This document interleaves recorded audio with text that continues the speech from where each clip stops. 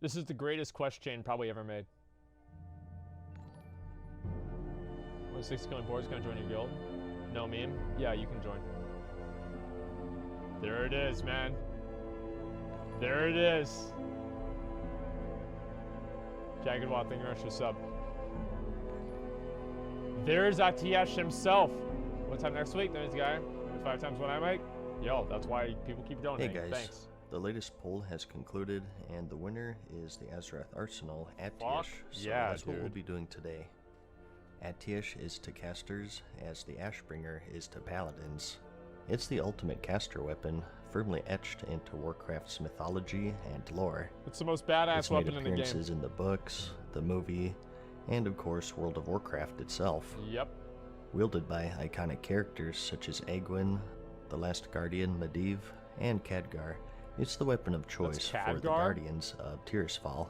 No, it's not. Its appearance is pretty simple, at least in like Kirk comparison Douglas to or the something. other What the vanilla fuck is that? legendaries.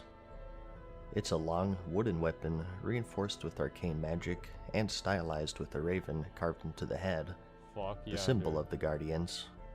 Fuck Not yeah. only does it serve WoW, as it's a just a conduit pine of cone, power but, you for know, its wielder, close enough. but it's also capable of opening a portal to Karazhan, the former home of the Last Guardian, and even allowing transformation into the form of a raven for transportation. So my friend and I, we got Atiesh for him. We would open up portals to Karazhan, and we would have lobies take the portal, and then have the mobs kill him. I actually had access to this guy's account. I could have merged his account with my account, and I could have had Atiesh on my account. But I was I was ethical, and I didn't do it. What a mistake. What a fucking mistake.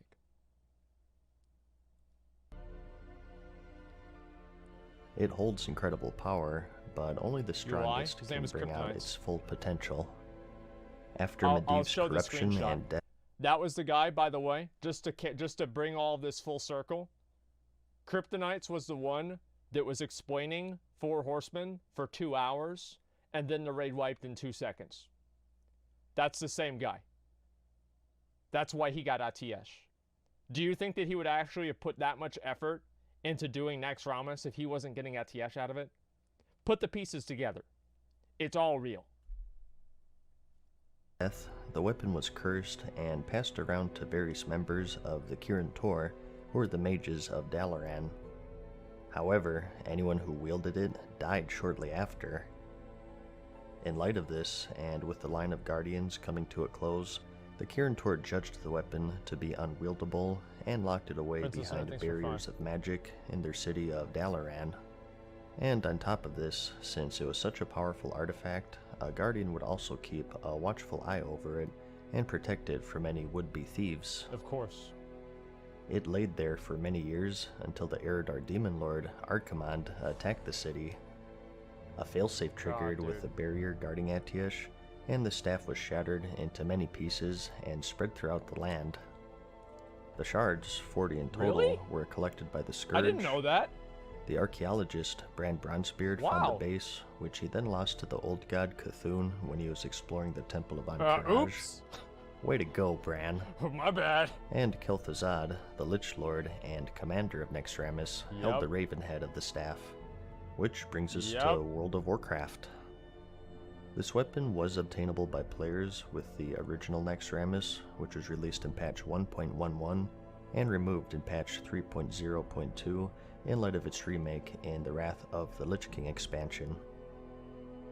It was the first caster legendary in the game, and the first legendary to be obtained through consistent and hard work, rather than just a lucky drop like the other vanilla legendaries such as Thunder Fury and the Hand of Ragnaros. That's actually really true. I never thought of that. As mentioned, That's it all very started with the Naxxramas raid.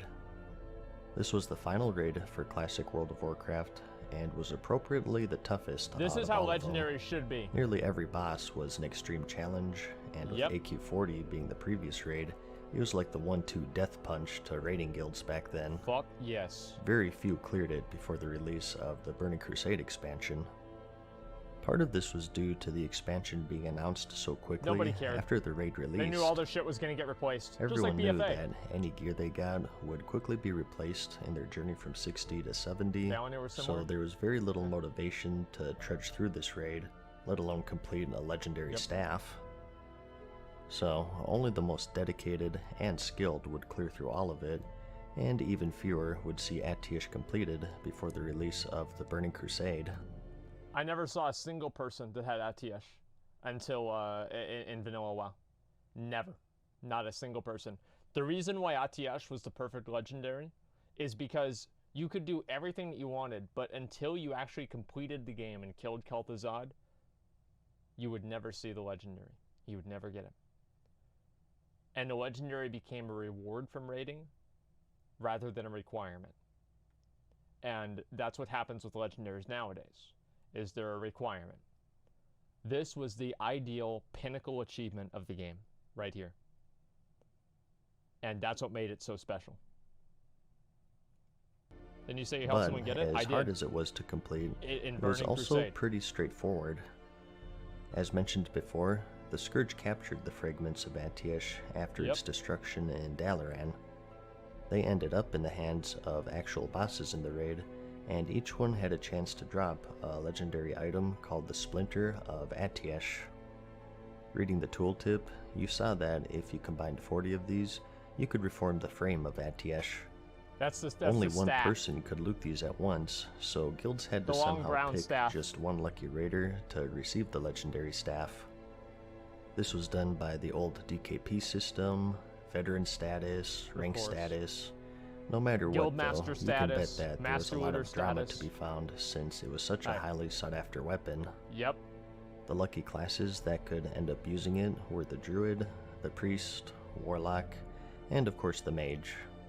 Ninja would so you couldn't ninja raided and raided and raided, yeah, you couldn't really ninja and once you had all 40 shards, just as promised, you form a legendary item called the Frame of Atiesh, which is actually a quest starter. Clicking on it would give you a quest that sends you to Naxxramas. You may remember him as the main quest giver for the Scepter of the Shifting Sands questline. Yep.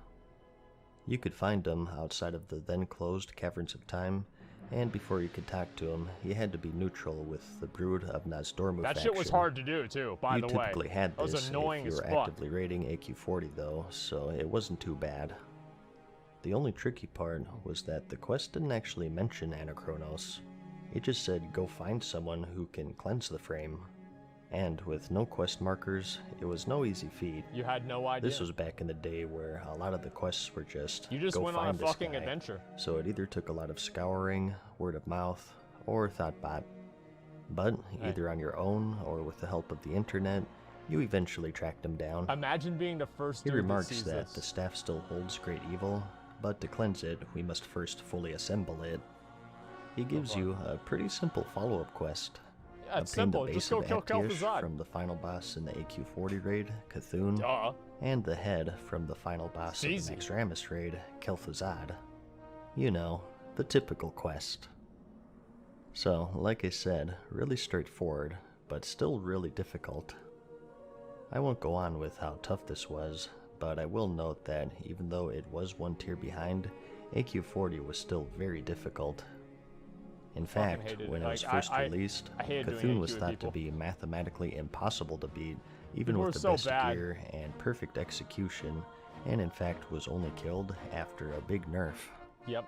The only upside was that it was at least a 100% drop as long as you had the quest, and it would also drop for multiple quest bearers. I forgot all about that.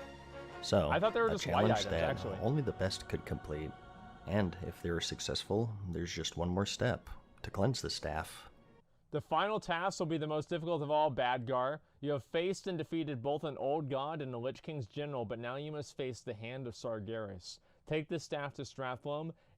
It is there that you will find a piece of consecrated earth, ground where the greatest knights of Wardron were murdered. Place the befouled staff upon the holy ground and prepare for an entity of immense power to break from within. Defeat the demonic being that controls the staff and return it to me. That is fucking badass, dude. That is fucking badass. It's still the epitome of all evil, and it will destroy its wielder, So the next step was to head to the Stratholme dungeon with 4 party members to purify it. 4 champions. Like, these are people, like, in full Naxxramas gear that were going in to fight against this boss. There he is. There he fucking is. Near the undead side, next to a fountain, you could find a patch of consecrated earth. Yep. The quest holder would have to stand atop this spot and perform a short ritual, and at the end, a demon named Atiesh would spawn. This was the evil that's been inhabiting this staff for all of these years at the behest of Sargeras himself. You'd have to take it down to finally cleanse this staff once and for all. It was a pretty tough fight with just 5 people. The demon itself dual-wielded a legendary. He had dual swords called Adonisis, the Reaper of Souls. Yep. If a player disarmed the demon during the fight, he would actually drop it on the ground, and you'd be able to wield it against him. It had an item level of 100 and some crazy attack power, but it was a conjured item and was only usable inside of Stratholme. Yep. Unfortunately, it disappeared once you exited the dungeon. Very unfortunate. If you were successful, you returned to Anachronos, and he gave you the cleansed Atiesh as a reward. Each class got a slightly different version, but in general, it had tons of spell power, stamina, intellect, spirit, hit or crit chance, and an aura that buffed your party members, which was pretty unique at the time. People actually kept using that staff even into Burning Crusade, because the aura, basically like high-end guilds would use the aura and just multiply it by 4 and just say that staff gave that person effectively that much spell power, and it was actually better than a lot of items if you were using it purely for a group benefit. I remember like the same guy did that too. And you could also open a portal to Karazhan in the Deadwind Pass that you and your party members could use. Although there really wasn't a reason to be here until the Burning Crusade expansion when the raid actually released. Yeah, you can make a portal to Karazhan. A little fun fact though is that if you entered the Burning Crusade Karazhan and you walked up to the Shade of Varan boss with Atiesh equipped, you got some extra dialogue. They revisited this in the Legion remake as well, with the Shade of Medivh fight. That's so badass. The only thing it's missing is the Raven form. Yeah. Maybe they didn't want to steal the Druid's Thunder. As I mentioned, this was obtainable all the way until patch 3.0.1 in Wrath, when the raid was remade, and anyone who obtained it before then also got themselves a feat of strength to show off. And similar to the other weapons in this series, it also has a card dedicated to it in the official trading card game. Appropriately, only the Druid, Priest, Warlock, and Mage classes could use it. As I mentioned, it also appeared in the Warcraft movie. They ended up having an auction for all of the props, and this one sold for nearly $5,000. Yo, we should have bought Let's hope it was cleansed first. We should have done it. We should have done a and donation today, goal for lore-wise, it's in the hands of the Archmage Khadgar. So it gets a little awkward if a player wielder interacts with them. Yeah, it's true. Very few survive today, as you would imagine, so if you see one out in the wild, make sure you press F to pay respects. Well, that's about it.